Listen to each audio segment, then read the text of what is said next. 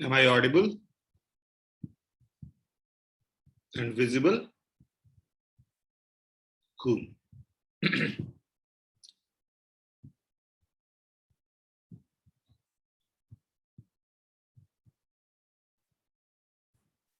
Cool. सही.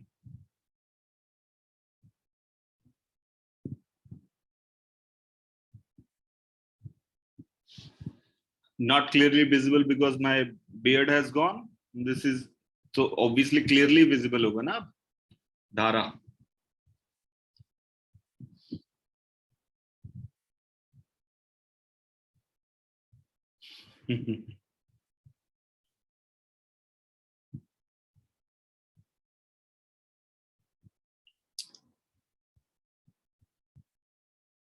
ठीक है.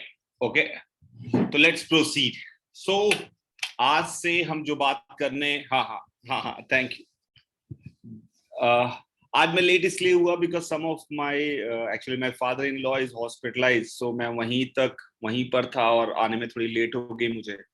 सो that's why I am a little bit late. So no worries, forget about this. Main चीज है हम आगे पढ़ाई करते हैं. तो मैं विजिबल हूं और ऑडिबल हूं. आई hope it is perfectly all right. Yes, cool cool. ठीक है. तो आज हम जो चैप्टर स्टार्ट करने वाले हैं उसका नाम है ज्योमेट्रिकल ऑप्टिक्स. तो सबसे इंपॉर्टेंट बात यहां पर ये आती है कि हमें क्या पुरानी चीजें पढ़ी होनी चाहिए 11th की, वो मेरा काम चल जाए सर, जिससे मेरे को ये चैप्टर में कोई दिक्कत ना आए. तो वो चीज है आपको जो पता होना चाहिए वो ये है कि एक ट्रायंगल के तीनों एंगल्स का समेशन 180 डिग्री होता है. आई hope you must be knowing that. I hope you must be knowing that. Yes, very good. And I hope you know कि भाई अगर हमारे पास 1/x plus 1/y is equal to something दिया है, उसकी वैल्यू आप निकाल पाएंगे. यानी you can solve 1/25 plus 1/30. I hope इतना भी आप कर लेंगे. यानी what you must know is a basic mathematics. ना कोई integration, ना कोई calculus, ना blah. What you need to know, need to know the basic mathematics जो आपने 9-10 में पढ़ी हुई थी. And another thing, what you must have in mastering this part subject is attentiveness. Please हर बात को ध्यान से सुनिएगा, हर बात को ध्यान से सुनिएगा. ठीक है. टॉर्सनल पेंडुलम एक मैंने आपको सी थीटा बताया था, ओम संतोष, और उसी बस सी थीटा है. तो टॉक अगर सी थीटा है तो ऑब्वियसली ओमेगा की वैल्यू √c/i आएगी. जब सवाल आएगा तो मैं वहां पे दोबारा एम्फेसाइज कर दूंगा. प्लीज बहुत ध्यान सुनिएगा. And geometrical optics is a very very important chapter as for IIT-JEE. हर बार सवाल आते हैं, कई बार 2-3 भी आ जाते हैं, कई बार गलत भी आ जाते हैं, क्योंकि मुश्किल सवाल बनते नहीं है. तो मुश्किल सवाल बनाने के लिए जब वो कोशिश करते हैं तो वो फाइनली गूफ अप करते हैं and they landed with a wrong platform और वो गलत सवाल बना के दे देते हैं. तो ऐसा बहुत बार देखने को हुआ है कि JEE एडवांस या मेंस में जब ऑप्टिक्स का एक अच्छा सवाल बनता है तो वो ज्यादातर गलत हो जाता है, तो वो हमारे लिए कई बार वो मानते हैं, कई बार नहीं मानते हैं, कोई बात नहीं. तो अब ध्यान से सुनने की कोशिश करिए. जो भी अब आगे की पुरानी चीजों को भूल जाइए. जो आता है नहीं आता है उसको धीरे धीरे सही करने की कोशिश करिए, क्योंकि वो गुफ अप था, आधा आप कहीं पढ़े आधा कहीं पढ़े. अब हम आगे ढंग से पढ़ने की कोशिश करते हैं. तो सबसे पहले एक क्वेश्चन उठता है ज्योमेट्रिकल ऑप्टिक्स पढ़ने से पहले, व्हाट इज लाइट. लाइट क्या होती है? लाइट क्या होती है? What is light? लाइट क्या है? किसी ने लिखा वेव है, किसी ने लिखा पार्टिकल है, किसी ने लिखा फॉर्म ऑफ एनर्जी है, किसी ने लिखा दोनों है, किसी ने लिखा टाइप ऑफ वेव है, ये है वो है, फॉर्म ऑफ एनर्जी है, ब्ला ब्ला ब्ला ब्ला ब्ला ब्ला ब्ला ब्ला, इलेक्ट्रोमैग्नेटिक रेडिएशन है, डुअल नेचर है, पता नहीं क्या क्या लिख दिया आप लोगों ने. मेरे औकात के बाहर चला गया मामला भाई साहब. तो मुद्दा ये है कि जब भी मैं जनरली लोगों से पूछता हूं कि व्हाट इज लाइट, तो वो कहते हैं कि लाइट सर, जो लाइट जो है वो it has a dual nature, it is wave as well as particle.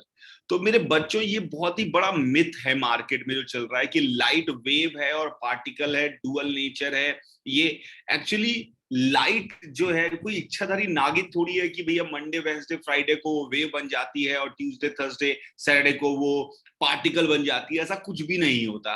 कभी कभी वेव है, कभी कभी पार्टिकल है। ये क्या अजीब बातें हैं, क्या अजीब बातें हैं कि लाइट कभी पार्टिकल है कभी वेव है। एक्चुअली ये it is neither wave nor particle. ना ये वेव है, ना ये वेव है, ना ये पार्टिकल है। इसको कई बार इसके फिनोमिनन को समझने के लिए आप ऐसा कर सकते हैं कि मान लो अगर ये वेव है तो देखो हम इसको समझा पाएंगे। कई बार ऐसा होता है कि मान लो ये अगर पार्टिकल है तो हम उसको समझा पाएंगे। तो हम मान के समझाने की कोशिश करते हैं। जैसे कई बार सवाल होता है कि मैंने कहा ये पर्टिकुलर सिचुएशन है, हमने कहा मान लो एक लड़का ऐसे जा रहा था तो क्या होगा उस लड़के का, तो उसका मतलब वो पर्टिकुलर सवाल में जो ब्लॉक था वो लड़का नहीं बन गया। तो मेरा समझने की कोशिश करिएगा, it is just a way to interpret, just a way to explain things, और कुछ भी नहीं है, और कुछ भी नहीं है। It is neither wave nor particle, actually it is nothing. अजीब बात है ना, क्योंकि वो कई बार बोलते हैं फोटोन है, फोटोन है। अजीब अजीब बातें बनती, बड़ी बड़ी बातें आपने सुनी, फोटोन है, फोटोन है, उसके पास मोमेंटम होता है। फोटोन क्या होता है? फोटोन होता ही नहीं है बेटा मेरे, फोटोन कुछ होता ही नहीं है। फोटोन नाम की कोई चीज ही नहीं है। फोटोन नाम की कोई चीज ही नहीं है। फोटोन के पास मोमेंटम है, एनर्जी है, पर वो खुद नहीं है। ये अजीब बातें क्या है, हुआ क्या कि हमसे चीजें समझ में नहीं आ रही थी। थोड़ी सी बैकग्राउंड बताना चाहता हूं आपको कि साइंस फ्रेटर्निटी में ये सब कहां से कहानी आई है, सारी कहानी कहां से आई है, उसके बारे में बात कर ले। तो हुआ क्या कि जब इन्होंने सारी कहानी की, जब क्वांटम फिजिक्स पढ़ रहे थे, इन्होंने सारी चीजें देखी भैया कि ये सारा फंडे वंडे लगाए, और देखा कि अल्टीमेटली जब उन्होंने लाइट के फिनोमिनन से जब बात कर रहे थे तो एनर्जी कंजर्वेशन फेल हो गया। एनर्जी कंजर्वेशन फेल हो गया, मोमेंटम कंजर्वेशन फेल हो गया। अब अगर एनर्जी कंजर्वेशन और मोमेंटम कंजर्वेशन फेल हो गया तो हमारी फिजिक्स की पूरी वाट लग गई, क्योंकि हम तो सारी कहानी, हमारे सारे फंडामेंटल सारी बातें यहीं से स्टार्ट हुई थी कि भाई एनर्जी कंजर्व है, मोमेंटम कंजर्व। तो हमें बहुत दिमाग खराब हुआ, हमने कहा क्या किया जाए, क्या किया जाए, क्या किया जाए। तो एक हमने कहा कि अगर मान लो ये जो लाइट के पास एक चीज मानते हैं फोटोन, जो है नहीं, पर अगर हम उसको इतना मोमेंटम दे देंगे तो मोमेंटम कंजर्वेशन फेल नहीं होगा। तो हमने उसको उतना मोमेंटम दे दिया कि भैया मोमेंटम कंजर्वेशन फेल नहीं होना चाहिए, कुछ भी कर लो। उसके लिए हमने उसको मोमेंटम दे दिया, उसके लिए हमने उसको एनर्जी दे दी। ये बिल्कुल वैसे ही सवाल है जैसे कई बार आपका आंसर नहीं आ रहा है, आपने कहा यार यहाँ पे 2 और जोड़ दूं ना तो मेरा आंसर आ जाएगा, तो अब जबरदस्ती कई बार आप तुकबंदी से कहते हाँ हाँ हाँ हाँ 2 तो जुड़ेगा ही जुड़ेगा, ऐसे से करके आप 2 जोड़ देते हैं और आपका आंसर निकल आता है। ऐसा ये बिल्कुल वैसे ही काम किया गया है आंसर निकालने के लिए। आंसर निकालने के लिए ही वो काम किया गया है कि भाई मोमेंटम के, उसके पास मोमेंटम है, उसके पास पार्टिकल है, उसके पास एनर्जी है। एक बार क्या हुआ, जैसे डार्क एनर्जी का कहानी सुने। डार्क एनर्जी की कहानी क्या है, कई बार हुआ क्या कि इन्होंने बिग बैंग थ्योरी का सिमुलेशन किया कि सब कुछ कर दिया, सारी चीजें हो गई बढ़िया तरीके से, सब बनाया, और उसके बाद उन्होंने कहा कि अब जरा सिमुलेट करते, कंप्यूटर प्रोग्राम रन करते हैं, देखिए क्या होता है आउटपुट। प्रोग्राम का एंटर मारा, एंटर किया, और एंटर मार के जब उन्होंने देखा कि भैया कुछ हो, और अचानक से देखा कि कुछ भी नहीं हुआ, उनका दिमाग खराब हो गया। फिर एक आदमी था जो वहां पे सॉफ्टवेयर इंजीनियर था, उसको फर्क नहीं पड़ता साला साइंस में कहाँ क्या हो रहा है, बिग बैंग। उसने कहा अगर इस लाइन में ना तुम 25 और लिख दोगे ना, यहाँ पर ये जो इक्वेशन लिखी है यहाँ +25 लिख दोगे ना तो आंसर आ जाएगा तुम्हारा, वो चीज जो तुम चाह रहे हो वो हो जाएगा। वहां पे +25 लिखा और सब कुछ हो गया। अब वो +25 क्यों लिखा किसी को पता नहीं चला। उन्होंने क्या करे भाई, ये +25 कहां से आ गया एनर्जी की इक्वेशन में। उन्होंने कहा डार्क एनर्जी है, it is something called dark energy, हमें नहीं पता क्या होता है, पर +25 डाल दिया डार्क एनर्जी। तो this is a way we interpret, this is a way we understand. हमें समझ में नहीं आ रहा क्या हो रहा है, कहाँ क्या हो रहा है, इक्वेशन फेल हो रही है, हमें उसको सही करने के लिए क्या करें। तो हमने कुछ डाला, हमने कहा मैथ्स में ये इक्वेशन डाली और देखा कि इससे काम चल जाएगा तो बना दिया। तो फोटोन एक ऐसी चीज है बताइए जो खुद एग्जिस्ट नहीं करती, पर उसके पास मोमेंटम भी है और एनर्जी भी है, यानी something which does not exist has momentum and energy. How it is possible? It is possible just to make momentum conservation correct.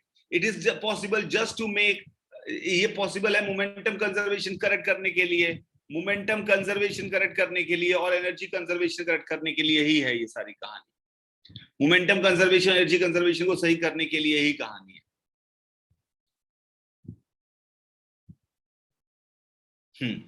तो अब हम बात करते हैं भाई साहब, अब हम वापस आते हैं कि हमें क्या करना है। सर लाइट वेव है कि पार्टिकल?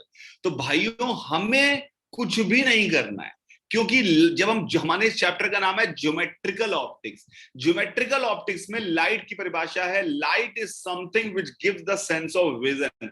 भाड़ में जाए ये क्या है क्या नहीं है, यानी कि ये लाइट जो है हमारे पास, ये पार्टिकल है, वेव है, ये क्या है क्या नहीं है, इससे कोई फर्क नहीं पड़ता। ये सिर्फ हमें सेंस ऑफ विजन देती है, हमको दिखाने में, देखने में मदद करती है, नथिंग मोर देन दैट। इसके अलावा इसका कोई मतलब नहीं है क्यों है, क्या है, अंदर क्या है, उसके अंदर पार्टिकल है, वेव है, I don't care about it, it just give the sense of vision. इसकी मदद से हमें दिखाई देता है और बस, दैट्स इट। तो यहाँ पे ज्योमेट्रिकल ऑप्टिक्स में परिभाषा लिखे लाइट की, लिखे परिभाषा, लाइट की परिभाषा लिखे, write down the definition of light, write down.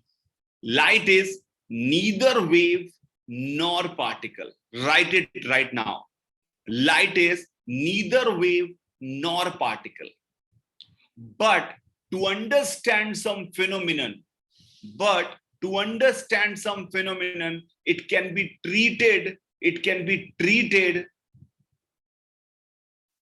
to understand as wave or particle. It can be treated as wave or particle. यानी ना तो ये वेव है ना ये पार्टिकल है, पर हम इसको ट्रीट कर सकते हैं वेव और पार्टिकल की तरह से, और कुछ भी नहीं। क्या बोला मैंने? Light is neither wave nor particle, light is neither wave nor particle, but we can treat it as a wave और particle to understand some phenomenon. कुछ फिनोमिनन को समझने के लिए हम इसको पार्टिकल की तरह, और कुछ फिनोमिनन को समझने के लिए हम इससे वेव की तरह ट्रीट कर सकते हैं, ठीक है। लेकिन अभी हाल फिलहाल लाइट, फाइनल इन्वर्टेड कॉमास में, light gives sense of vision.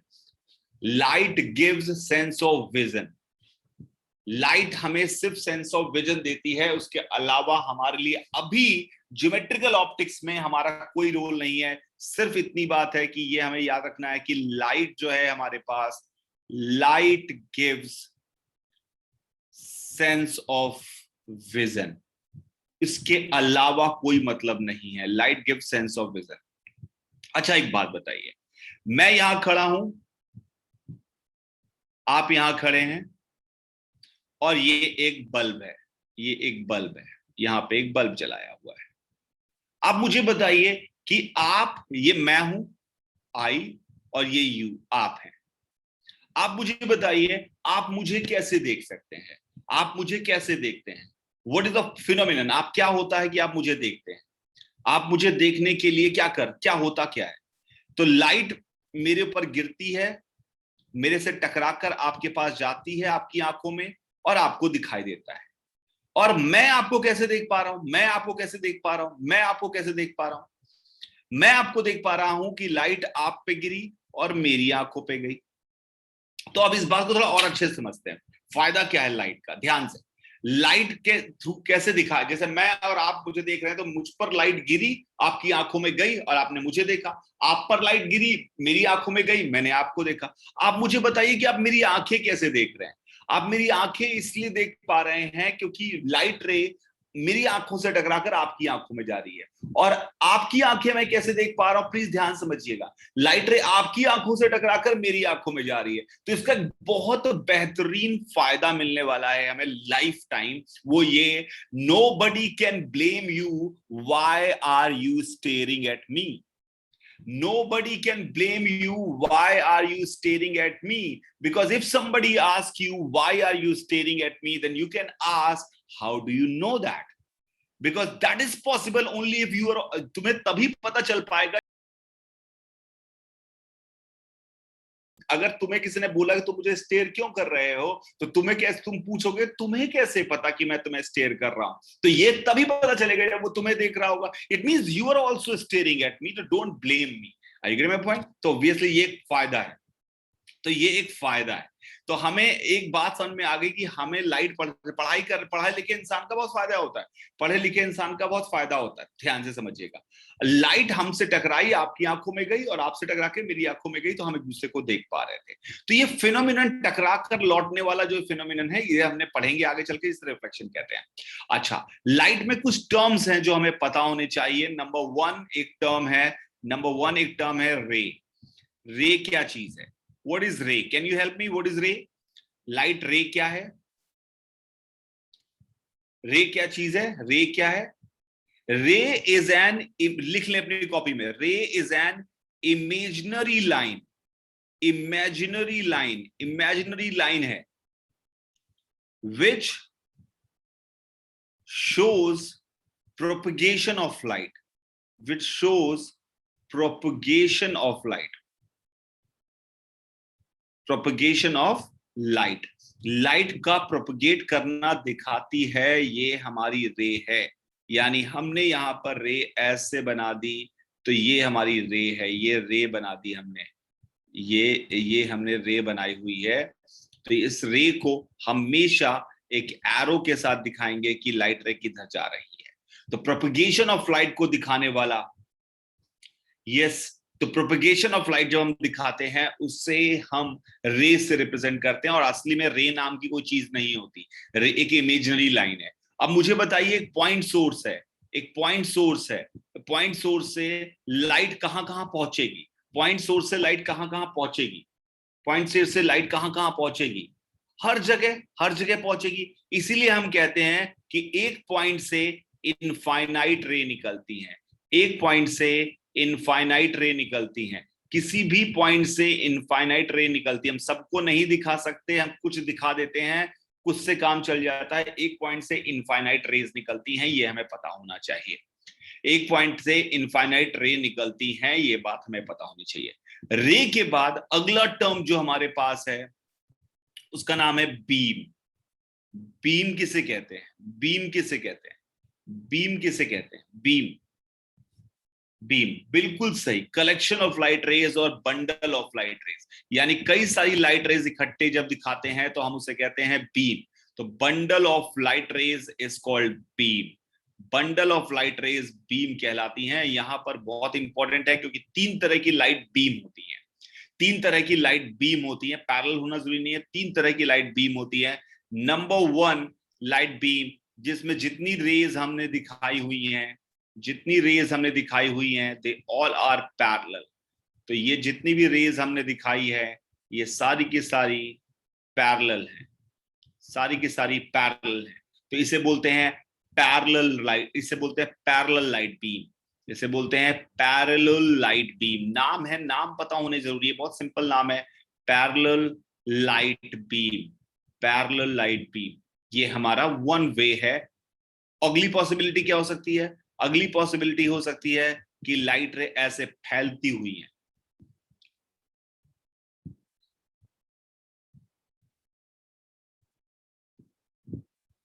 ये क्या कहलाती है? Diverging. This is called diverging light beam. ये हमारी कहलाती है diverging light beam, diverging light beam. And the third possibility which is very clear, वो है कन्वर्जिंग, यानी कि लाइट रे कहीं पर मीट करते हुए दिखाई देंगी, यहां पर ऐसे जा रही होंगी, तो ये हमारी कहलाती है कन्वर्जिंग लाइट बीम। कन्वर्जिंग, ये हमारी लाइट रे कहलाती converging, converging, converging light beam, converging light beam. तो तीन तरह की लाइट बीम है, diverging, parallel and converging. I hope name is very much clear. अब डाइवर्जिंग और कन्वर्जिंग की एक कहानी, एक बात है जो बहुत इंपॉर्टेंटली आपको समझ में आनी चाहिए। फॉर एग्जाम्पल, ये लाइट रे यहां पर मान लो कन्वर्जिंग लाइट रेज थी, for example converging light rays थी, ऐसे आ रही थी, ये यहां पर कन्वर्जिंग लाइट रे थी, ऐसे आ रही थी, ये ऐसे आ रही थी कन्वर्जिंग लाइट रे, ठीक है, ये कन्वर्जिंग लाइट रे थी, ऐसे जा रही थी। अब इसका मतलब है कि ये आगे जाकर ये इस पॉइंट पर, यहां पर इस पॉइंट पर मीट करेंगी, ये इस पॉइंट पर मीट करेंगी। तो अगर इस पॉइंट पर मीट करेंगी तो क्या होगा? मीट करने के बाद क्या होंगी? कन्वर्जिंग यहां पर मीट करेंगी तो क्या होगा? मीट करके यहाँ पर जब मीट करेंगे तो यहाँ पर ये नहीं कि सती हो जाएंगी, यहीं पे खत्म हो जाएंगे कि भैया अब हम यहीं सो जाएंगे, यहीं रह जाएंगे, यहाँ कुछ भी, अब इसके आगे कुछ भी नहीं होगा। कुछ भी नहीं होता। लाइट रेज एक दूसरे के सामने आती हैं तो वो निकल जाती हैं without interacting with each other, यानी ये लाइट रे यूं ही निकल जाएगी बिना किसी दिक्कत के। यहाँ पे जो फिनोमिनन होगा होगा, पर वो लाइट रे बिल्कुल निकल जाएगी बिना किसी दिक्कत के। यानी कि लाइट रे, इंपॉर्टेंटली लाइट रेज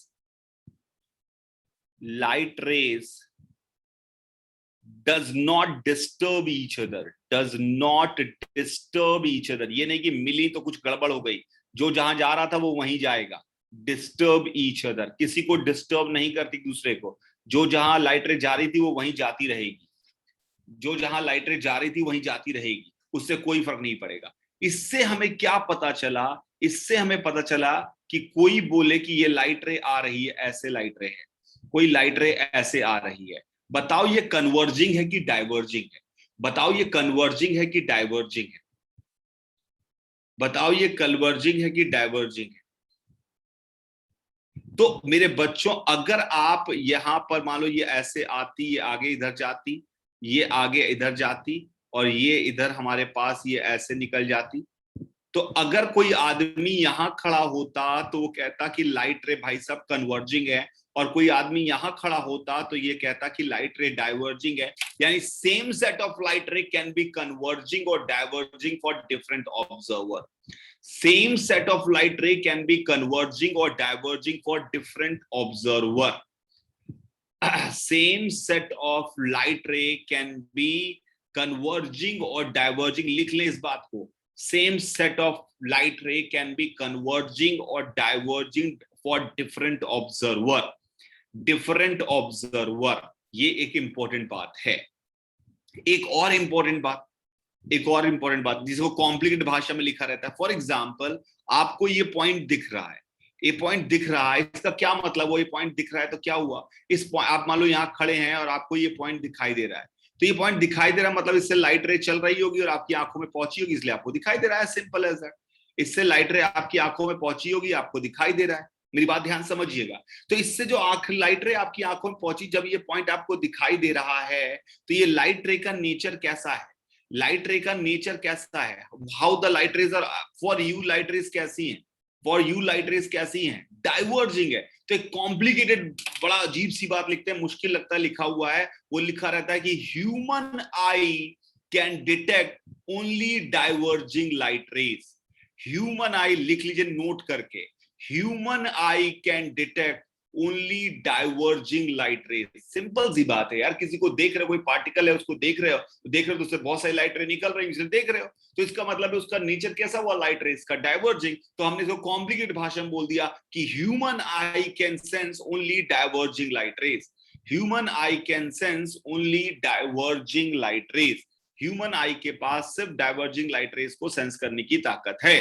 मेरी बात समझ में आई? Human eye can sense only diverging light rays. I hope it is clear. Clear? लिख लीजिए इस बात को, human eye can sense only diverging light rays. तो ये हमारे पास बात हो गई भाई। ठीक है, अब लाइट की कुछ, ये तो लाइट रे हो गया, parallel beam, converging beam, diverging beam, सारे नाम हो गए। अब कुछ लाइट की प्रॉपर्टीज है। प्रॉपर्टीज, ऋषभ बोल रहे हैं black colour trace most of the light ray, how? Black colour कोई कलर नहीं होता। Black is absence of colour. I hope you understand that. Black is absence of colour. Black का मतलब होता है जहां कुछ भी नहीं है। If you are observing something black, it means you are not observing this. For example, आपको अगर मैंने यहां पर ये डॉट आपको दिखाई दिया क्या? आपकी स्क्रीन पर ये जो डॉट बनाया मैंने, ये आपको दिखाई दिया क्या?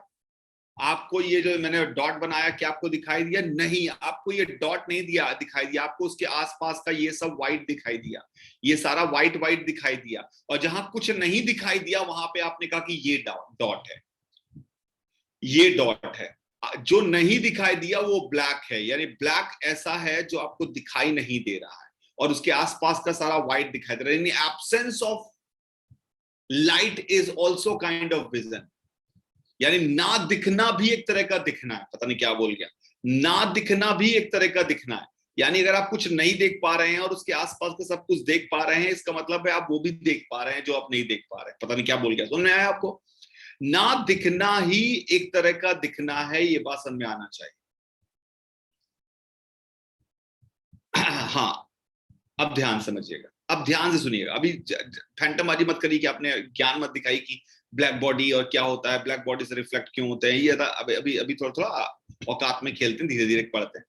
तो लाइट की कुछ प्रॉपर्टीज हैं जो हमें पता होनी चाहिए। हमें नहीं फर्क पड़ता कि भाई साहब लाइट क्या है, वेव है, पार्टिकल है, कुछ प्रॉपर्टीज है जो हमें समझना चाहिए। Number 1, light travels in straight line. Light travels in straight line, straight line में चलती है भाई साहब लाइट, कुछ भी हो जाए। Light travels in straight line, straight line में लाइट ट्रेवल करती है, ये बात बहुत इंपॉर्टेंट है, समझना चाहिए। लाइट ऐसा नहीं कि नाच नाच के जा रही है कि आप यहाँ खड़े हैं और लाइट ऐसे आई और ऐसे आई, आपको पार करके निकल गई, ऐसा कुछ नहीं होने वाला। Light never travels in curvilinear path, it travels in a straight line. वो हमेशा स्ट्रेट लाइन में चलने की कोशिश करती है। Number 2, speed of light, speed of light is maximum in vacuum, maximum in space. Space मतलब खाली जगह, maximum in space. I hope you must be knowing this. And that is universal constant, c is equal to 3 into 10 to the power 8 meter per second. 3 into 10 to the power 8 meter per second.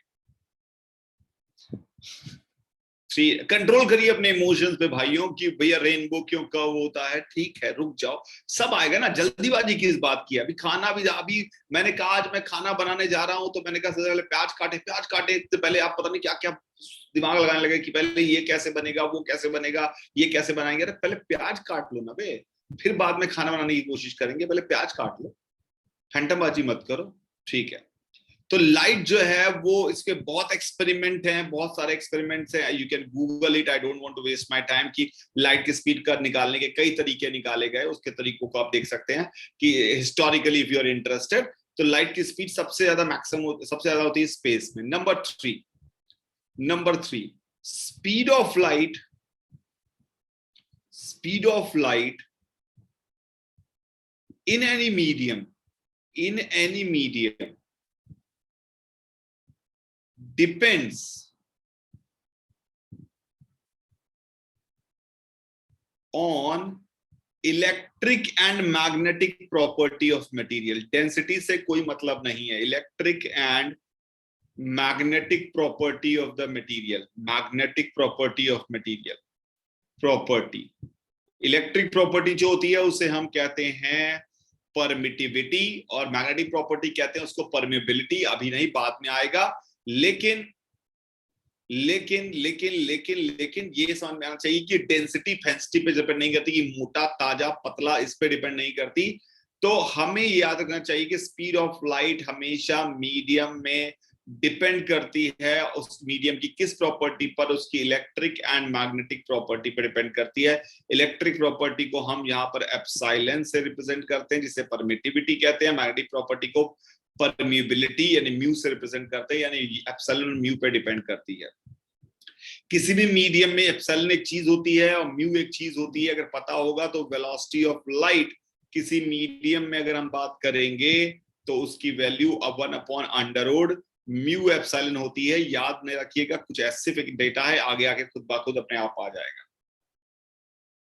तो we light यानी important, ये आपको सिर्फ कितनी बात याद रखनी है तीसरे नंबर पॉइंट में, कि स्पीड ऑफ लाइट किस बात पे डिपेंड करती है? मीडियम के, स्पीड ऑफ लाइट डिपेंड करती है मीडियम की इलेक्ट्रिकल एंड मैग्नेटिक प्रॉपर्टी पे, ना कि उसकी डेंसिटी पे, ना कि उसकी मोटाई पर, ना कि उसकी पतलेपन पर। इन सारी चीजों पे डिपेंड नहीं करती, सिर्फ और सिर्फ उसकी इलेक्ट्रिकल और मैग्नेटिक प्रॉपर्टी पे डिपेंड करती कि कितना इलेक्ट्रिकल बिहेवियर कैसा है, मैग्नेटिक बिहेवियर कैसा है। ठीक है, अभी बस इतना याद रख लेना, कैसे डिपेंड करती, कहां से आ गया, वो हम ईएम वेव जब पढ़ेंगे तब हमें समझ में आएगा। अभी देखिए, जब आपको कोई आपको काउंटिंग सिखा रहा हो कि भैया आप पैदा हुए, स्कूल में गए, प्रेप में आपको सिखा रहा 1 2 3 4, आपने कहा सर डेसिमल सिस्टम ही क्यों पढ़ा रहे हैं आप सर डेसिमल सिस्टम ही क्यों पढ़ा रहे हैं, हेक्साडेसिमल क्यों नहीं पढ़ा रहे मेरे बच्चों को? अबे अभी बच्चे 1 2 काउंट करना तो सिखाओ, बड़ी बड़ी बातें क्यों करने लग रहे हैं? मेरी बात समझने की कोशिश करिए, धीरे धीरे आएंगे ना, धीरे धीरे ग्रो करेंगे। मैंने कहा ये चैप्टर ऐसा है कि इसमें सब कुछ क्लियर हो, ध्यान से सुनते चलिए, सबसे इंपॉर्टेंट चीज है। हाँ, बेसिक फंडामेंटल समझते चलिए, बेसिक नहीं समझेंगे तो अब गड़बड़ हो जाएगी, सब कुछ सब गड़बड़ होने वाली। ज्यादा फंटेबाजी करेंगे कि मैं सीधे बड़ी बड़ी बातें बताऊं कि इलेक्ट्रिकल प्रॉपर्टी ये होती है वो होता है, तो आप इसके चक्कर में काम नहीं हो पाएगा। ठीक है, तो वी लाइट हमारे पास एक काम करता हूं मैं, जो मैंने तो अब आपका चैट आपका बंद कर दिया, अब मेरे को फर्क नहीं पड़ रहा आप क्या लिख रहे हैं, मैंने चैट बंद कर दिया, I am not observing your chat. तो अब मेरी बात ध्यान से सुनिएगा, जब मैं क्वेश्चन पूछूंगा तब मैं चैट देखूंगा कि भैया आपका क्या आंसर है। तो स्पीड ऑफ लाइट जो है किसी मीडियम में इलेक्ट्रिकल और मैग्नेटिक प्रॉपर्टी पर डिपेंड करती है। वो क्या होती है मुझे नहीं पता, उनको एप्सिलॉन और म्यू से डिनोट करते हैं। नाम इनका, एप्सिलॉन का नाम जो है उसका नाम है परमिटिविटी, और आप लिखना चाहें तो म्यू का नाम है परमिएबिलिटी। तो ये तीसरा पॉइंट आपको लिख लेना चाहिए था, स्पीड ऑफ लाइट इस बातों पर डिपेंड करती है। अब हम लिखते हैं इसका चौथा पॉइंट। चौथा पॉइंट जो है कि लाइट हमारे लिए विजन के केस में, जब हम विजन वाली बात करते हैं, यानी विजन जो हम देख सकते हैं जिसकी वजह से लाइट, इसमें दो फिनोमिनन ही इंपॉर्टेंट हैं, दो फिनोमिनन ही इंपॉर्टेंट है। एक है रिफ्लेक्शन, रिफ्लेक्शन, और दूसरा फिनोमिनन है रिफ्रैक्शन, रिफ्रैक्शन, रिफ्रैक्शन। तो दो फिनोमिनन की हम पूरे चैप्टर में बात करने वाले हैं, एक है रिफ्लेक्शन और एक है रिफ्रैक्शन। अभी हम इसको डिटेल में डील करेंगे कि रिफ्लेक्शन क्या है, रिफ्रैक्शन क्या है। पांचवा पॉइंट क्या है, तो speed of light. Speed of light मैंने अभी अभी आपसे बोला कि अलग अलग मीडियम में अलग अलग है। Light is different in different medium, ये हमने बोला क्योंकि उसकी मैग्नेटिक और इलेक्ट्रिकल प्रॉपर्टी पे डिपेंड करता है। Different in different medium, different medium में अलग अलग है, डिफरेंट मीडियम में अलग अलग है। तो उससे क्या करें हम भाई, तो किसी में ज्यादा है किसी में कम है, तो एक कंपैरेटिव टर्म डिफाइन करते हैं हम, कंपैरेटिव टर्म, जिससे हमें समझ में आ जाता है, कंपैरेटिव कंपैरेटिव टर्म से हम समझ में आ जाता है कि भैया क्या कहना चाह रहा हूं। वो कंपैरेटिव टर्म है, ऑब्वियसली कंपैरेटिव डिग्री है, तो वो है denser then, obviously denser then और रेयरर देन। ये दो एक ही चीज के दो नाम है, मतलब अलग अलग, रेयरर देन अपोजिट है एक दूसरे के, डेंसर देन और रेयरर देन। तो जिस मीडियम में, अगर मीडियम 1 है और ये मीडियम 2 है, इसमें अगर V1 है और इसकी स्पीड V2 है, लाइट की स्पीड, लाइट की स्पीड, अच्छा डेंसर और rarer has nothing to do with density. Light की स्पीड मीडियम 1 में V1 है, मीडियम 2 में V2 है। अगर V1 की वैल्यू मान लो V2 से ज्यादा है, V1 की वैल्यू V2 से ज्यादा है, V1 ज्यादा V2 कम है, तो हम कहेंगे 1 इज रेयरर देन 2। रेयरर, जिसमें स्पीड ज्यादा वो रेयरर कहलाएगा देन 2। या फिर हम इसको कहेंगे 2 is denser then 1, obviously comparative term है, 2 इज डेंसर देन 1। अब मुझे बताइए लिखकर कि ये बात क्लियर है, यस और नो में सिर्फ।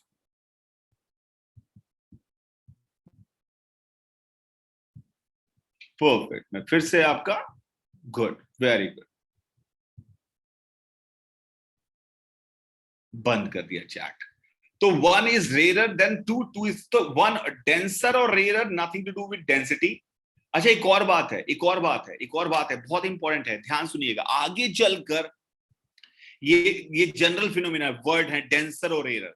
डेंसर और रेयर वर्ड हमेशा किसी वेव के लिए डिफाइन होते हैं, वेव के लिए डिफाइन होते हैं। जैसे साउंड वेव के लिए कोई बोलेगा डेंसर कौन है, तो साउंड वेव के लिए डेंसर का मतलब हुआ जिस मीडियम में साउंड वेव की स्पीड कम होगी वो डेंसर होगा। लाइट के लिए डेंसर का मतलब जिस मीडियम में लाइट की स्पीड कम होगी वो डेंसर होगा। मैं एक एग्जांपल के थ्रू आपको समझाने की कोशिश करता हूं, मैं एक इंफॉर्मेशन के थ्रू आपको समझाने की कोशिश करता हूं, तो ध्यान सुनिएगा आप मेरी बात।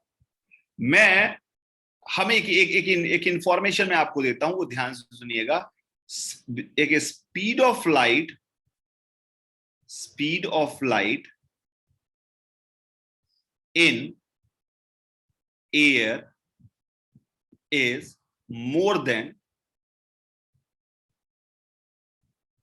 In water. तो हम क्या बोलेंगे इससे, हम रेफरेंस क्या ले कहेंगे, इससे हम कहेंगे कि for light air is rare than water. आगे चल के, क्योंकि वेब में ये बात कोई बताता नहीं है, भूल जाते हैं लोग बताना, इसलिए मैं यही क्लियर कर दूं। आगे अगला स्टेटमेंट दे रहा हूं। मैंने कहा हमें ये भी इंफॉर्मेशन पता है कि स्पीड ऑफ, जो हमारे पास speed of sound in air is less than water. पानी में स्पीड ज्यादा होती है साउंड की, लेस देन वाटर। तो हम इससे क्या इन्फ्रेंस निकालते हैं? इससे हम इन्फ्रेंस निकालते हैं कि फॉर साउंड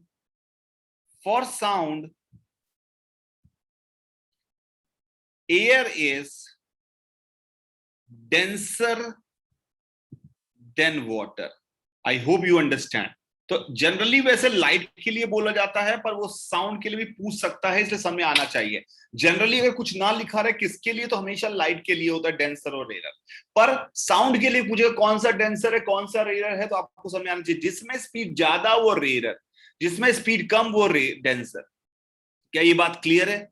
क्या ये बात क्लियर है हमें कि जिसमें स्पीड ज्यादा वो रेयर, जिसमें स्पीड कम वो डेंसर? सिंपल सा लैंग्वेज है, एकदम सिंपल सी बात है, समझ में आनी चाहिए। बहुत ही बढ़िया। अब हम लेकिन सिर्फ लाइट की बात करेंगे। अब ये मत सोचिएगा कि मैं सबकी बात करने वाला, मैं सिर्फ लाइट की बात करने वाला हूं, लाइट के बारे में ही बात करने वाले हैं। तो लाइट के लिए हमने एक टर्म डिफाइन किया ताकि हम डेंसर और रेयर को और आसानी से समझ पाए। वो टर्म कहलाता है refractive index. Write down, refractive index of a medium. Refractive index of medium, किसी भी मीडियम का रिफ्रैक्टिव इंडेक्स का मतलब क्या होता है? रिफ्रैक्टिव इंडेक्स ऑफ मीडियम, लिख लीजिए रिफ्रैक्टिव इंडेक्स ऑफ मीडियम, लिख लीजिए इस बात को। रिफ्रैक्टिव इंडेक्स ऑफ मीडियम का मतलब होता है the ratio of speed of light. लिखें सभी लोग, द रेशियो, मैं लिखूंगा नहीं यहां पर, मैं वहां पे सिर्फ यहां मैथमेटिकली लिखूंगा, किताब कॉपी में अपने ढंग से लिखिए। The ratio of speed of light in vacuum, the ratio of speed of light in vacuum and in that medium is called refractive index। यानी इसको डिनोट करते हैं म्यू से। म्यू का मतलब फ्रिक्शन कोएफिशिएंट नहीं है, इसको भी नाम म्यू है, म्यू से। that is equal to c, which is ultimate speed of light, 3 into 10 power 8 meter per second, divided by v in that medium। मैंने क्या बोला? Refractive index is defined as, ये मैथमेटिकल डेफिनेशन यहां लिख दी है, फिर से मैं बोल दे रहा हूं। Refractive index is defined as velocity of light in vacuum c divided by velocity of light in that medium v। तो mu is defined as c by v, जिसका v जितना कम होता जाएगा, जिसका v जितना कम होता जाएगा, जिसका v जितना कम होता जाएगा, उसका mu उतना ज्यादा। तो म्यू ज्यादा तो वी कम। तो हमें देखते हैं क्या करें। म्यू, अगर हमारे पास म्यू की वैल्यू मोर है, which implies V is less, which implies denser. यानी जिसका म्यू ज्यादा वो डेंसर, जिसका म्यू ज्यादा वो डेंसर, जिसका म्यू ज्यादा वो डेंसर। आई होप ये बात समझ आ गई। म्यू ज्यादा डेंसर, म्यू सबसे कम, म्यू मिनिमम। वी क्या है? Velocity of light in that medium. C क्या है? Velocity of light in vacuum. ध्यान सुने, mu is defined as velocity of light in vacuum divide by velocity of light in that medium. Velocity of light in vacuum, velocity in vacuum divided by velocity in medium। velocity of light in vacuum, velocity in medium। Please ध्यान से। तो mu ज्यादा तो we come तो denser, mu ज्यादा तो we come तो denser. Mu ज्यादा वी कम डेंसर। डेंसर की डेफिनेशन यानी कि कोई बोलेगा ग्लास, ग्लास का म्यू जो है वो 1.5 है, और वाटर का म्यू जो है वो 1.33 है। तो क्या समझ में आया? कौन डेंसर कौन रेयर? कौन कौन रेयर? जिसका म्यू ज्यादा वो डेंसर, जिसका म्यू ज्यादा, यानी glass is denser then water, denser then water, glass is denser then water. तो एकदम सिंपल सी कहानी है, glass is denser then water. और अगर वेलोसिटी ऑफ लाइट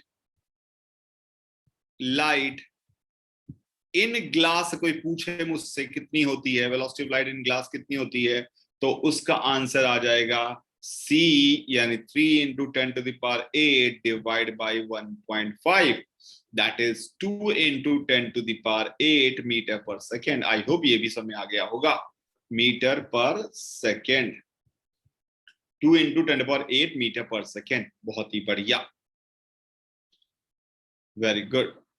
ठीक है, तो ये म्यू की परिभाषा हो गई, म्यू की परिभाषा समझ में आ गई। हमें अब तक क्या क्या समझ में आ गया, हमें पता होना चाहिए, हमें म्यू की परिभाषा पता होनी चाहिए, हमें ये पता होना चाहिए, लैंग्वेज बहुत ध्यान समझे कि लाइट का जो स्पीड होता है अलग अलग मीडियम में, वो कौन सी प्रॉपर्टीज पे डिपेंड करता है, वो डिपेंड करता है हमारी इलेक्ट्रिकल और मैग्नेटिक प्रॉपर्टी पे, वो हमारी डेंसिटी फेंसिटी पे डिपेंड नहीं करता। अगर कभी शब्दों में सवाल आ जाए, कभी आया नहीं पर आ जाए कि साउंड के लिए कौन डेंसर है, तो किसी भी वेव के लिए डेंसर का मतलब क्या हो गया, किसी भी वेव के लिए डेंसर का मतलब वो हो गया जहां पर उसकी स्पीड कम है वो डेंसर, जहां स्पीड ज्यादा वो रेयर। रिफ्रैक्टिव इंडेक्स सिर्फ और सिर्फ लाइट के लिए डिफाइन करते हैं, रिफ्रैक्टिव इंडेक्स की वैल्यू C/V है। तो म्यू की वैल्यू की अगर लिमिट की बात करें तो म्यू हमेशा ग्रेटर देन इक्वल टू 1 आएगा, म्यू की वैल्यू हमेशा ग्रेटर देन इक्वल टू 1 आएगा, क्योंकि C से ज्यादा किसी की स्पीड हो नहीं सकती, यानी कि म्यू की वैल्यू हमेशा 1 से बड़ी या बराबर आएगी। और म्यू की वैल्यू 1 अगर हम मान के चल रहे हैं, इसका मतलब है वो फ्री स्पेस है, फ्री स्पेस है यानी वैक्यूम है, वैक्यूम में म्यू की वैल्यू 1 है। 99% सवालों में, 99% सवालों में, क्वेश्चंस में एयर के लिए म्यू की वैल्यू 1 मान के चलते हैं, एयर को हम नो स्पेस मान के चलते हैं, सिंप्लिसिटी के लिए क्लोजेस्ट अप्रोच है। एयर के लिए म्यू की वैल्यू 1 मान के चलते हैं, सवाल में नहीं भी दिया रहेगा तो भी एयर की वैल्यू म्यू की वैल्यू 1 मान के चलेगा। ठीक है, तो ये हमें फिनोमिनन समझ में आगे क्या क्या होता है, हम अगले पेज पे आते हैं, ध्यान से समझिएगा। तो till now we know what is light ray, till now we know what is light beam, we understand what is diverging, we understand what is converging, we understand कि diverging rays can be seen as converging rays or converging rays can be seen as diverging rays depending upon the position of observer, observer कहां पर है उस पर depend कर सकता है। यानी सेम सेट ऑफ रे के लिए कोई आदमी उन्हें डाइवर्जिंग बोल सकता है, कोई कन्वर्जिंग बोल सकता है, तो वो डिपेंड करता है कहाँ है, तो हमें कौन सा ऑब्जर्वर के हिसाब से आंसर देना चाहिए हम आगे सीखेंगे। सवाल कैसे होंगे, कैसे समझ में आएगा, किस ऑब्जर्वर के लिए पूछा गया है। उसके अलावा हमने रिफ्रैक्टिव इंडेक्स के बारे में पढ़ा। यहाँ तक की कोई दिक्कत, कोई यहाँ तक जितनी भी चीजें हैं उसमें कोई दिक्कत हो तो बताइए, नहीं तो मैं आगे बढ़ूं।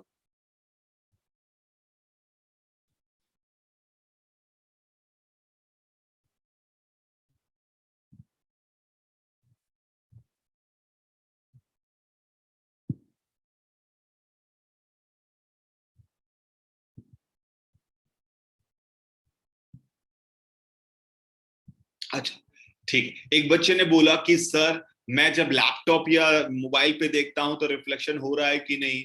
नहीं बेटा, आप दो तरीकों से जनरली चीजों को देख सकते हैं, या तो वो सोर्स ऑफ लाइट हो, जैसे आप बल्ब को ही खुद देख रहे हैं तो वहां रिफ्लेक्शन थोड़ी हो रहा है, बल्ब से तो खुद ही लाइट रे बन रही है। और जब आप मुझे देख रहे हैं तो मेरे में कोई लाइट सोर्स तो है नहीं, तो मुझे बल्ब की मदद से देखना पड़ेगा। तो बल्ब को आप दूसरी लाइट के बिना भी दे सकते हैं, पर मुझे दूसरे लाइट के बिना नहीं दे सकते। तो जब चीजें मुझे देखने की कोशिश कर रहे हैं आप, तो उसे कहते हैं विजन थ्रू रिफ्लेक्शन। और जब आप लैपटॉप को देख रहे हैं तो उसको बोलते हैं vision through emission, vision through emission. ठीक है, और ह्यूमन आई को मैंने आपको दिखाया था कि सेंसिटिव डाइवर्जिंग लाइट रे सेंस करती, क्योंकि मैंने आपको समझाया था कैसे क्या हो रहा है। Gadgets are definitely source of light. ठीक है, आगे बढ़ते हैं। तो अब हम दो फिनोमिनन की बात करने वाले हैं, एक है रिफ्लेक्शन और एक है रिफ्रैक्शन। सबसे पहला फिनोमिनन जो हम पढ़ने वाले हैं वो बहुत इंपॉर्टेंटली वो है रिफ्लेक्शन। रिफ्लेक्शन। अच्छा, एक बात मैं आपको क्लियर कर दूं, हम यहाँ पर जब पढ़ाई कर रहे होंगे तो वी आर नॉट इंटरेस्टेड अभी इमेज, हम सिर्फ लॉ ऑफ रिफ्लेक्शन और लॉ ऑफ रिफ्लेक्शन पे समझ दिमाग लगाएंगे और उनसे सवाल सॉल्व करने की कोशिश करेंगे। तो सबसे पहले रिफ्लेक्शन क्या होता है। रिफ्लेक्शन क्या होता है, हमें पता है कि ये आपका कोई भी, अगर मान लीजिए यहां पर ये एक मीडियम 1 है और ये एक मीडियम 2 है। मीडियम 1 से कोई लाइट रे मीडियम 1 पर आती है तो उसका कुछ पार्ट यहां पर आगे चला जाता है और कुछ पार्ट लौट आता है। दुनिया में कभी भी कोई, ये हमारा इंसिडेंट लाइट रे है, ये हमारा ट्रांसमिटेड लाइट रे है, ये हमारा रिफ्लेक्टेड काउंटर पार्ट है। ध्यान सुनिएगा, लिख लें, आप लिख लें।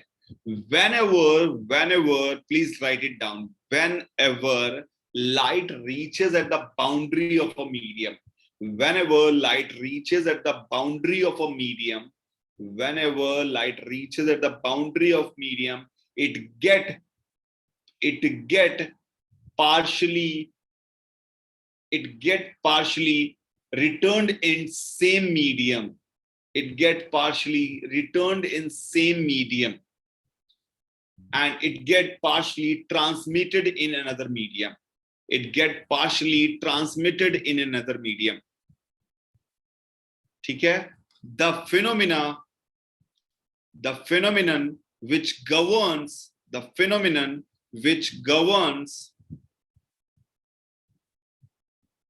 returning of light in the same medium, the phenomenon which governs returning of light in same medium is called reflection, and the phenomenon which governs transmitted light is called refraction. Refraction. जो phenomenon जब हम observe कर रहे होते हैं तो कभी भी, देखिए क्या बोला मैंने, फिर से बोल रहा हूं, ध्यान सुनिएगा, बताइएगा क्या आपको समझ में आया कि नहीं आया। पहले सुन लीजिएगा, हाँ फिर बोल रहा हूं, एकदम ध्यान सुनिएगा वैभव, ध्यान से सुनिएगा, फिर से बोल रहा हूं। जब भी, अब ध्यान सुनना, कुछ लिखिए मत, जब भी लाइट रे, कोई भी वेव, लाइट रे हो या कोई भी वेव हो, जब भी लाइट रे या कोई भी वेव किसी बाउंड्री पे पहुंचती है, बाउंड्री का क्या मतलब है पहले क्लियर कर दूं। बाउंड्री का मतलब है जिसके लेफ्ट में अलग तरह का मीडियम हो, राइट में अलग तरह का मीडियम, उसे बाउंड्री कहते हैं। तो जैसे मान लो फॉर एग्जांपल यहां पर पानी भरा हुआ है, ये पानी भरा हुआ है, तो ये बाउंड्री हुई, क्योंकि इसके नीचे पानी है, इसके ऊपर हवा है। तो बाउंड्री का मतलब होता है जिसके ऊपर अलग अलग मीडियम है। तो जब भी कोई लाइट रे किसी बाउंड्री पे पहुंचती है तो उसका कुछ हिस्सा वापस लौट आता है और कुछ हिस्सा आगे चला जाता है। कुछ हिस्सा वापस लौट आता है और कुछ हिस्सा वापस चला जाता है। जो हिस्सा वापस लौट आता है उसको हम रिफ्लेक्टेड पार्ट कहते हैं, और जो हिस्सा आगे चला जाता है उसे हम रिफ्रैक्टेड पार्ट कहते हैं। और सारी एनालिसिस जो, अब देखिए आगे जाने वाले फिनोमिनन को ही, अब मैंने यहाँ कोई एब्जॉर्प्शन की बात नहीं कर रहा हूं, थोड़ा बहुत एब्जॉर्प्शन बिल्कुल होता होगा, पर हम एब्जॉर्प्शन की बात अभी नहीं कर रहे क्योंकि बाउंड्री को बहुत थिन मान रहे हैं कि उस पर एब्जॉर्प्शन नहीं हो रहा है। तो वो ट्रांसमिटेड का ही पार्ट है, एब्जॉर्ब कर ले, आगे चल के जो होना है होगा। धीरे धीरे बोलो, कोई बात। मैंने क्या बोला, whenever light ray reaches at a boundary, boundary मतलब थिनेस्ट पॉसिबल लेयर, वहां पर जब लाइट रे पहुंचती है तो उसका कुछ हिस्सा वापस लौट आता है और कुछ हिस्सा आगे चला जाता है। जो हिस्सा वापस लौट आता है उसे हम रिफ्लेक्टेड पार्ट कहते हैं, और जो हिस्सा आगे चला जाता है उसे हम रिफ्रैक्टेड पार्ट कहते हैं। यहां पर मैं एब्जॉर्प्शन को नेग्लेक्ट कर रहा हूं, एब्जॉर्प्शन की बात नहीं कर रहा हूं। कुछ हिस्सा रिफ्लेक्ट, कुछ हिस्सा ट्रांसमिट हो जाता है। तो ये दो फिनोमिनन हमारे को समझ में आने चाहिए, एक रिफ्लेक्शन और एक रिफ्रैक्शन। लिख लेते हैं परिभाषा वाइज, परिभाषा वाइज लिख लेते हैं क्या है। Returning of light, returning of light in same medium, returning of light in same medium after striking the boundary, after striking the boundary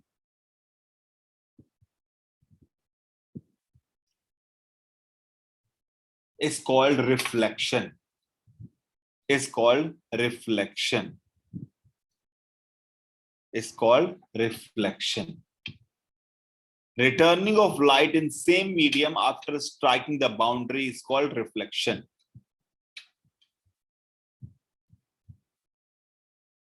Clear है मेरी बात?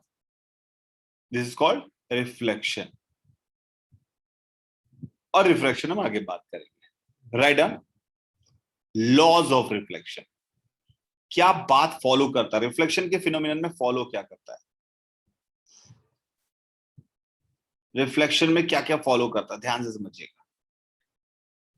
Law of reflection, law of reflection. Reflection में क्या law follow होता है? ये बहुत important है, समझ में आना चाहिए. लॉ ऑफ रिफ्लेक्शन क्या चीज है, प्लीज ध्यान से समझे. एक कोई सरफेस है, बाउंड्री है मान लिया. इस सरफेस पे कोई लाइट रे आई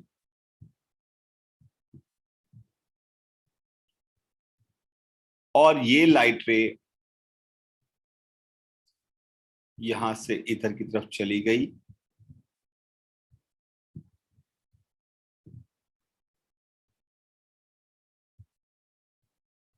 चली गई इधर की तरफ और इस जगह पर मैंने इस सरफेस का नॉर्मल ड्रॉ किया.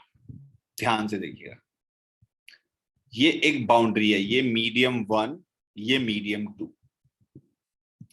एक लाइट रे आई और ये लाइट रे टकरा के कुछ हिस्सा इधर चला गया, कुछ हिस्सा आगे भी गया होगा, मुझे मतलब नहीं है. इस पार्ट को, ट्रांसमिटेड पार्ट को अभी ध्यान नहीं दे रहे हैं. ये हमारा रिफ्लेक्टेड पार्ट है. ये हमने उस पॉइंट पर नॉर्मल ड्रॉ किया है, नॉर्मल. ये हमारा इंसिडेंट वेक्टर था और ये हमारा रिफ्लेक्टेड वेक्टर की दिशा है. तो पहली बात जो important, surface can be anything, anything, any surface, कोई भी सरफेस हो, हर समय ये फान मिरर फिरर की कोई जरूरत नहीं है. मिरर एक पॉलिश सरफेस को मिरर कहते हैं. मिरर एक स्पेशल केस ऑफ सरफेस है और कुछ भी नहीं. तो सबसे पहली बात यहां पर है, सबसे पहली बात कि इंसिडेंट लाइट रे, इंसिडेंट लाइट रे, ये बहुत इंपॉर्टेंट लाइन है. Incident light ray normal at point of incidence, जिस पॉइंट पर नॉर्मल है, point of incidence, and reflected light रे, रिफ्लेक्टेड लाइट रे, रिफ्लेक्टेड जो लौटी है, रिफ्लेक्टेड लाइट रे must be in same plane, must be in same plane, same plane. मतलब अगर आपका इंसिडेंट लाइट रे यू है और नॉर्मल ऐसा है, तो इंसिडेंट लाइट रे और नॉर्मल हमने बना दिया, ये आई है, ये एन है, तो उसका रिफ्लेक्टेड लाइट रे इसी प्लेन पर ही होगी. ये नहीं कि प्लेन को छोड़ के बाहर आ जाएगी, बाहर नहीं आ सकती. यानी ऐसे गिरी तो ऐसे नहीं भाग जाएगी. यानी इंसिडेंट लाइट रे तीनों सेम प्लेन पे लाइन होनी चाहिए. हाँ, दुनिया की हर सरफेस पे होगा राजकरण, चाहे रफ हो, चाहे स्मूथ हो, चाहे दुनिया की कोई सरफेस हो, फिनोमिनन हमेशा सही है. Incident light, law of reflection के लिए सरफेस गई भाड़ में, कोई भी सरफेस हो, उसका नेचर कैसा हो, जिस पॉइंट पर गिर रही है उस पर लगता है, सरफेस का कोई मतलब नहीं है. Incident light ray normal at point of incidence at reflected light ray must be in same plane, ये हमेशा समझ में आना चाहिए।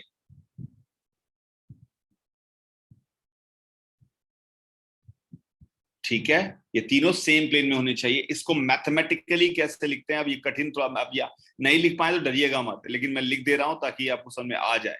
मैथमेटिकली कैसे लिखते हैं, अगर मैंने ये आई कैप वेक्टर है तो आई कैप, इसको लिखते हैं आई कैप क्रॉस आर कैप। आपको पता है कि क्रॉस प्रोडक्ट में जो वेक्टर आता है वो प्लेन के परपेंडिकुलर आता है। आपको पता है क्या कि क्रॉस प्रोडक्ट में जो वेक्टर आता है वो प्लेन के परपेंडिकुलर आता है। तो आई क्रॉस आर अगर प्लेन के परपेंडिकुलर आया यानी एन के भी परपेंडिकुलर होगा। आई क्रॉस आर जो आया, आई क्रॉस आर प्लेन के परपेंडिकुलर आया, तो क्या वो एन के भी परपेंडिकुलर होगा? भाई एन तो उसी प्लेन में है ना। अगर आई क्रॉस आर मैंने किया, बाहर की तरफ आ रहा है, तो एन के परपेंडिकुलर भी, एन भी तो ऐसा ही है, उसके परपेंडिकुलर होगा। तो i cross R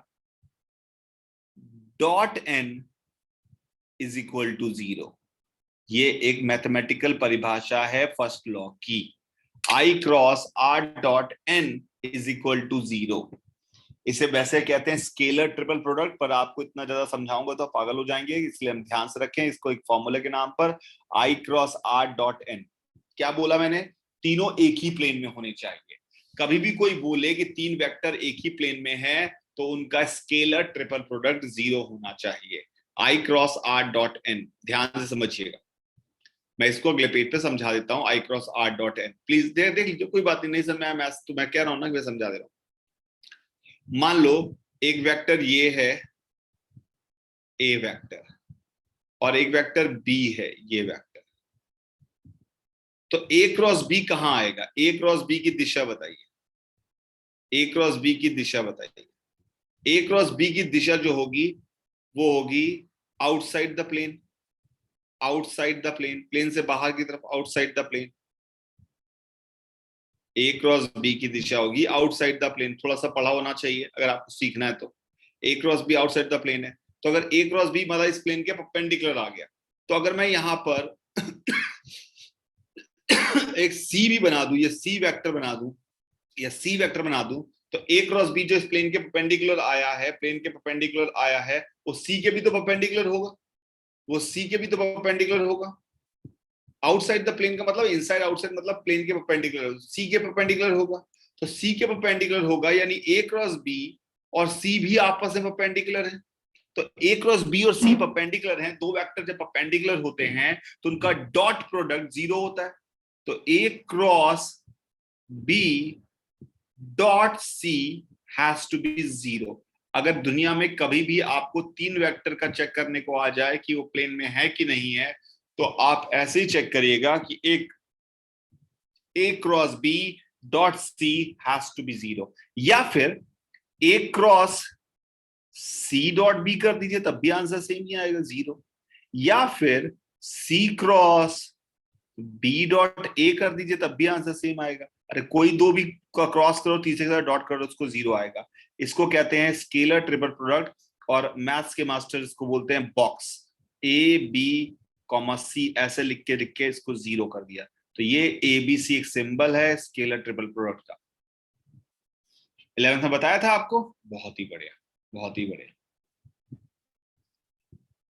A cross B, बिल्कुल बिल्कुल, ए क्रॉस बी डॉट सी। तो अब हमारे पिछले सवाल में बोला था मैंने, पिछले सवाल में अगर हम बात करें तो हमें पता था कि पिछले सवाल में कि इंसिडेंट लाइट रे और रिफ्लेक्टेड लाइट रे और ट्रांसमिटेड लाइट रे जो है, इंसिडेंट, रिफ्लेक्टेड और नॉर्मल म्यूचुअली परपेंडिकुलर हैं। तो हमने क्या किया, हमने एक सिंपल सी बात कही कि भैया ये हमारा एक सरफेस है, और अगर कोई हमारे पास इंसिडेंट लाइट रे यहां पर आएगी, यहां पर ये नॉर्मल, ये रिफ्लेक्टेड लाइट रे, तो ये आई कैप, इंसिडेंट की दिशा ये आर कैप, और ये एन कैप, ये तीनों परपेंडिकुलर के लिए condition i cross r dot n is equal to 0। कोई पूछे कि फर्स्ट लॉ का, रिफ्लेक्शन के फर्स्ट लॉ का मैथमेटिकल फॉर्म बताओ, तो वो ये होता है i cross r dot n is equal to 0। Ray मतलब रे की दिशा, दिशा को इसलिए यूनिट वेक्टर से आई कैप को बोला, आई कैप को यूनिट वेक्टर से दिखाया, दिशा बता रहा है ना कि इधर की तरफ, इधर की तरफ, और आर कैप इधर की तरफ, तो एक वेक्टर मान लिया, ठीक है। तो i cross r dot n is equal to 0। Second जो आपने पढ़ा है, जो आपने बहुत आराम से जानते होंगे, जो कि एकदम सिंपल है और आपने बहुत बार सुना हुआ है, कि अगर ये एंगल आई है और ये एंगल आर है, तो एंगल आई बराबर एंगल आर, यानी angle of incidence, angle I cross N dot R भी लिख सकते हैं, बिल्कुल लिख सकते हैं अर्शी। तो angle I is equal to angle R, यानी कि angle of incidence, angle of incidence is equal to angle of reflection, is equal to angle of reflection, reflection के बराबर होगा। हमेशा, कोई स्मूथ और रफ के लिए बात नहीं कर रहा हूं आयुष, हमेशा angle of incidence is equal to, laws का प्रूफ चाहिए, लॉ का नाम इसलिए लॉ है क्योंकि इसका कोई प्रूफ नहीं होता, वैसे इसको प्रूफ कर सकते हैं हम ह्यूजन प्रिंसिपल से, पर लॉ का नाम लॉ किसी का नाम लॉ क्यों रखा गया? कोई पूछे कि भैया ग्रेविटी, न्यूटन से कोई पूछने गया कि दो पार्टिकल अट्रैक्ट क्यों करते हैं, दो पार्टिकल अट्रैक्ट क्यों करते हैं, न्यूटन से पूछ लो तो बता थोड़ी पाते, वो तो कहा भैया लॉ है, लॉ ऑफ ग्रेविटेशन है, दो चार्ज एक दूसरे को अट्रैक्ट या रिपेल क्यों करते, क्यों थोड़ी बता सकता है कोई बे, क्यों करते, कैसे आपको पता करते हैं? अरे पता भैया, ऑब्जर्व किया, देख के बता दिया, और कुछ भी नहीं है, सिर्फ ऑब्जर्व किया और देख के बता दिया, और कुछ से नहीं है, सिंपल सी बात है, जो हमने ऑब्जर्व किया वो बता दिया, तो यही एकदम सिंपल सी बात है, angle I is equal to angle r. वैसे later we can prove it by Fermat principle, और we can prove it by corpuscular theories, we can prove it by Huygens principle, but अभी हमें जानने की जरूरत नहीं है, अभी हमें सिर्फ जानना है कि एंगल लॉ है, दिमाग नहीं लगाना, लॉ।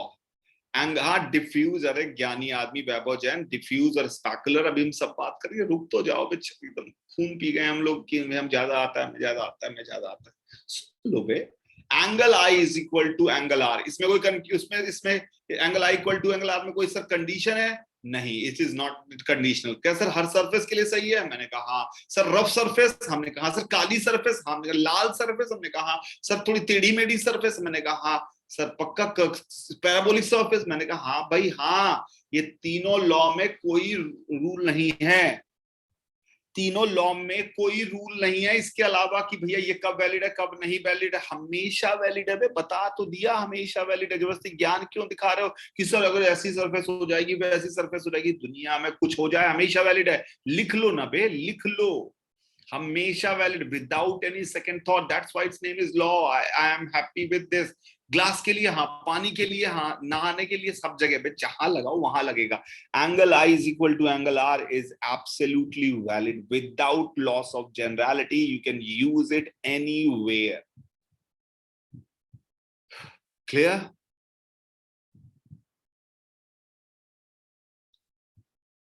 Good good. तो ये दो लॉ हैं हमारे पास। अब इसका भी मैथमेटिकल फॉर्म भी सर लिख दो। सर इसका मैथमेटिकल फॉर्म लिख दो। मैंने कहा अच्छा भाई, इसका मैथमेटिकल फॉर्म लिख देते हैं। तो मैंने कहा अगर ये आई वेक्टर है, यूनिट वेक्टर है, ये आर यूनिट वेक्टर, ये एन यूनिट वेक्टर है, तो अगर मैं इस लाइन को अगर ज्वाइन करूं, ये जो लाइन है 1-1 मीटर, ये मैंने ऐसे लाइन ज्वाइन की, ये आर था, ये आई था, ये 1 मीटर का था, यूनिट वेक्टर है, तो ये भी 1 मीटर का है। ये आई वेक्टर है, ये आर वेक्टर है। अच्छा नाम बताओ, ए, इस पॉइंट का नाम ए लिख दिया, इसका नाम बी लिख दिया, क्या ए बी वेक्टर जो है, स्नेल्स लॉ रुक जाओ भैया मेरे, क्या ए बी वेक्टर जो है, क्या वो एन कैप के परपेंडिकुलर है? देख के बताओ, क्या ए बी वेक्टर जो है, क्या वो एन कैप के परपेंडिकुलर है? बिल्कुल सही है, दिख रहा है साफ सुथरा, वो परपेंडिकुलर बाइसेक्टर ही है उसका। ठीक है। अच्छा मुझे बताओ, क्या ए बी वेक्टर को मैं लिख सकता हूं i vector plus r vector? A B vector को लिख सकता हूं क्या मैं i vector plus r vector? I vector मतलब ये वाला वेक्टर, और आर वेक्टर मतलब ये वाला वेक्टर। क्या आई वेक्टर प्लस आर वेक्टर को ए बी वेक्टर लिख सकता हूं? तो हम यहाँ पे इस लॉ का मैथमेटिकल फॉर्म लिखने वाले हैं, बहुत ध्यान से सुनिएगा, वो है i plus r, i plus r dot n is equal to 0। वहां पे i cross r dot n था, यहाँ i plus r dot n है, is equal to 0। It is a second.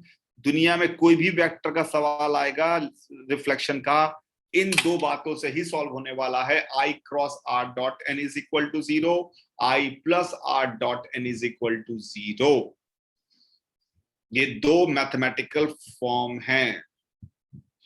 I plus are कैसे लिखा फिर से बता दो, कोई बात नहीं, फिर से बता देता हूँ भैया, फिर से बता देता हूँ। आई कैप एक यूनिट वेक्टर है, तो मैंने 1 मीटर का वेक्टर ये मान लिया, और 1 मीटर का आर कैप को भी मान लिया, यूनिट वेक्टर है क्योंकि। तो 1 मीटर का जब ये ए बी ट्रायंगल बनाया, इस पॉइंट को सी मान लिया, तो क्या ए सी बी एक आइसोसेलेस ट्रायंगल बन गया? ए सी बी एक आइसोसेलेस ट्रायंगल बन गया।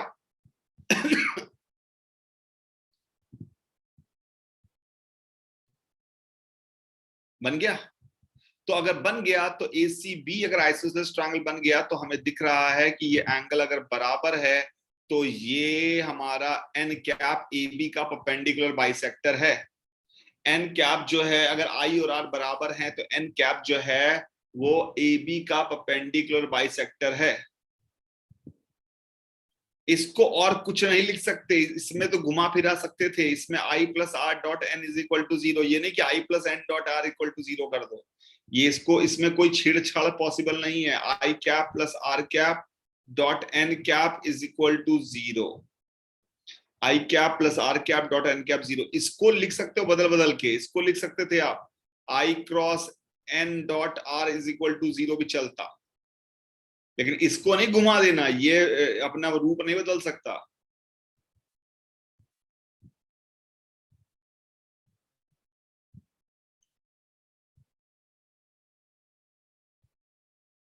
पक्का? तो ए बी वेक्टर को हमने कैसे बोला? हमने कहा ए बी वेक्टर और एन कैप पेंडिकुलर हैं, और A B vector is nothing but A C vector plus C V vector, और ए सी वेक्टर का नाम है आई कैप और सी वी वेक्टर का नाम है आर कैप।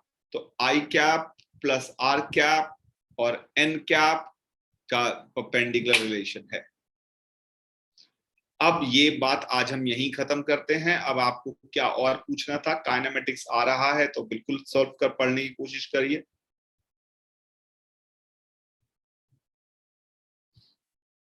हाँ, अब अगर हमारी आईज ओनली डाइवर्जिंग, देखो सुन, रुकने तो दो भैया, एक एक करके। सिलेबस टेस्ट का है टॉट टिल डेट, जहां तक पढ़ाया जाए। टॉर्सनल पेंडुलम पे मैं कमेंट कर चुका हूं, आपको समझ में नहीं आया तो मैं कुछ नहीं कर सकता।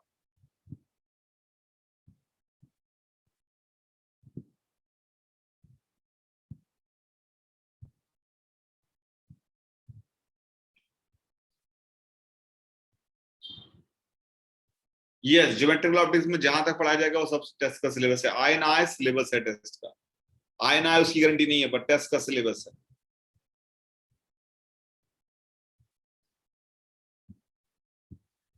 मैं यार इस बंदे की बात ही नहीं पढ़ पा रहा हूँ, आप लोग इतना जल्दी।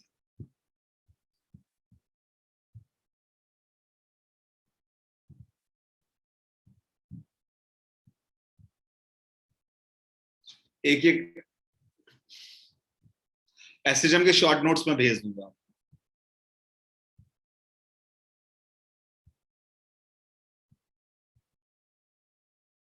तो घर जाके इसको इतना पढ़िएगा। अभी कुछ भी ऐसा नहीं कि सवाल लगाने लगे आप हुए हैं, लेकिन फिर भी आप 11th के जो एसएचएम है उसको कंप्लीट करने की कोशिश करिए, यही आपका काम है। जिसकी बात क्लियर नहीं हो पाई है वो मुझे व्हाट्सएप कर दे, मैं उसको कोशिश करूंगा रिप्लाई करने का, but because I am also very busy in all this unavoidable situations, तो फिर भी मैं कोशिश करके रिस्पॉन्ड करने की कोशिश करूंगा। आपके डाउट है तो आप मुझे भेज देगा। आपके सवाल मैं पढ़ नहीं पा रहा हूँ, बहुत तेजी से लिखे जा रहे हैं, इतनी जल्दी बदल रहा है कि मैं कुछ नहीं कर पा रहा हूँ। बाय रहेगा सभी को, एंजॉय योर लाइफ। मैं अब बंद कर रहा हूँ। Enjoy your life.